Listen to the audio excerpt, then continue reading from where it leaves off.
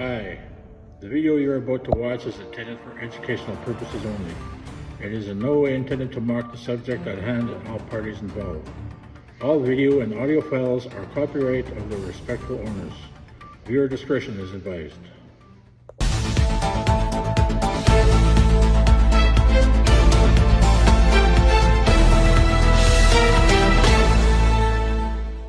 Oh, we're on now? Oh, sorry. Okay, I'm gonna start with it. I'll just edit that part of it. Yeah. Okay. Hello, and welcome to Chigwanda News Network. I am Jody Harper. Marilee Caruso is off tonight. Our top story today, the death of the Meech Lake Accord. New developments from yesterday's vote in the Legislative Assembly meeting yesterday. Elijah Harper, for the 8th time, has voted against the Meech Lake Accord, bringing the deadline for ratification to an end yesterday. Reporting more on this story is Johnny Harper. Here's Johnny. Thank you, Jody. The Meech Lake Accord was a failed attempt to add Quebec's consent to the Constitution. It would have made provincial powers stronger. It would also have declared Quebec's a distinct society. Support for the Accord fell apart in 1990, and many Quebecois saw this as a rejection of the Quebec support for separatism. It eventually led to the 1995 Quebec referendum. A little background on the Quebec and the Constitution. In 1991, Quebec Premier René Lévesque refused to sign the Constitution Act in 1982. He felt he had been betrayed by the other premiers when they created the Constitution. Quebec was still legally bound by the Act, but the absence of the Quebec signature left it estranged from Canada's constitutional family. In the mid-1980s, Prime Minister Brian Mulroney hoped to end the impasse. He opened talks with all the provinces. Quebec Premier Robert Bourassa made a series of proposals. If accepted, Quebec would sign the Constitution. There were two parts of the Quebec proposal. The first recognized Quebec as a distinct society within Canada. The second sought to enhance powers of the province. Under the Accord, a province could opt out of a federal program. It could do this if it started a similar program of its own.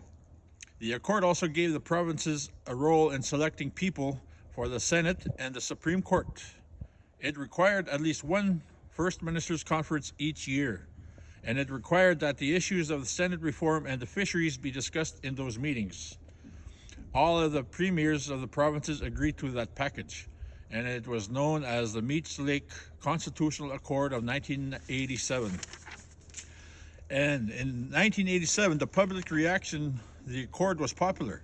Many hoped it might help soften separatism in Quebec.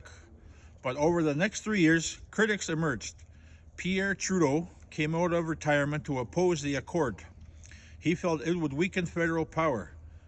And he said Mulroney sold out to the provinces. Many in English Canada also grew to dislike the Distinct Society Clause. They feared it would give Quebec special status. The Accord began to lose favor with the public, but it was still popular in Quebec. Fears arose that the Accord's failure could create a lot of backlash there. And so came the ratification process. Quebec's National Assembly approved the Accord on June 23, 1987. And to become law, it had to be ratified within 3 years of that date. This required consent from Parliament and all 10 provinces, and the deadline was June 23, 1990.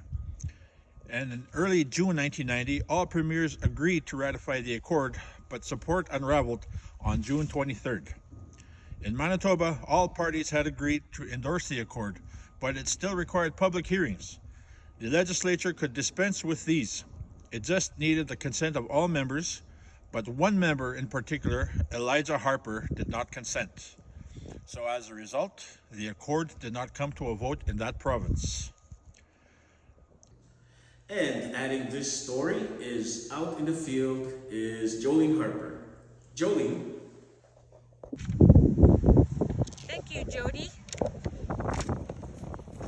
With only 12 days before the ratification deadline for the Accord, Harper raised an eagle feather and began a filibuster which delayed the process of calling up the Accord until there was no time to do so before the deadline. As a result, Newfoundland Premier Clyde Wells cancelled a proposed vote on the accord in the General Assembly of Newfoundland. The Meech Lake failed to pass in Manitoba and Newfoundland, and the Constitution was not amended. Harper achieved national fame for his refusal to accept the Meech Lake Accord, a constitutional amendment package negotiated to gain Quebec's acceptance of the Constitution Act 1982. Under the Manitoba's legislature rules of the day, the legislature had to unanimously consent to a motion for emergency debate that would bring the accord up to vote. Harper was displeased that the accord had been negotiated in 1987 without the input of Canada's First Nations earlier. I had a chance to speak to Elijah Harper earlier, and this is what he had to say. Well, I was opposed to the Meech Lake Accord because we were included in the Constitution.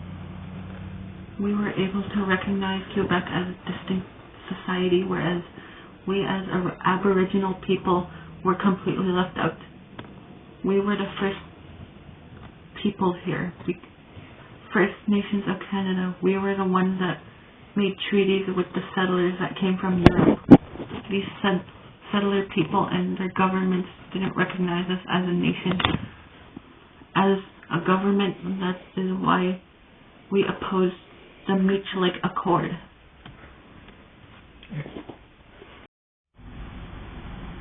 No. And this concludes our evening news, and remember, that's the way the planet crumbles. I should complain about something today. It's like it's kind of hot here. Can you turn on it? Okay, can you turn these lights off? It's kind of bright.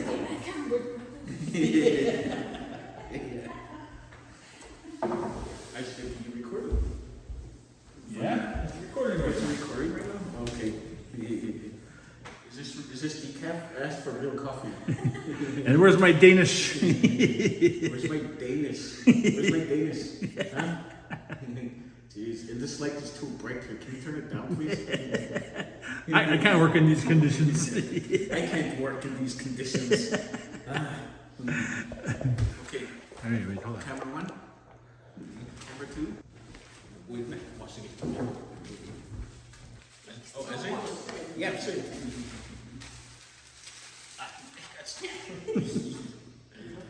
So this is my coffee? Who brought me my coffee? You? Can I get some real coffee? Please.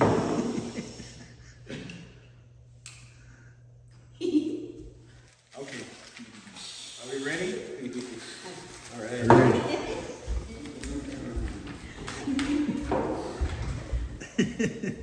right.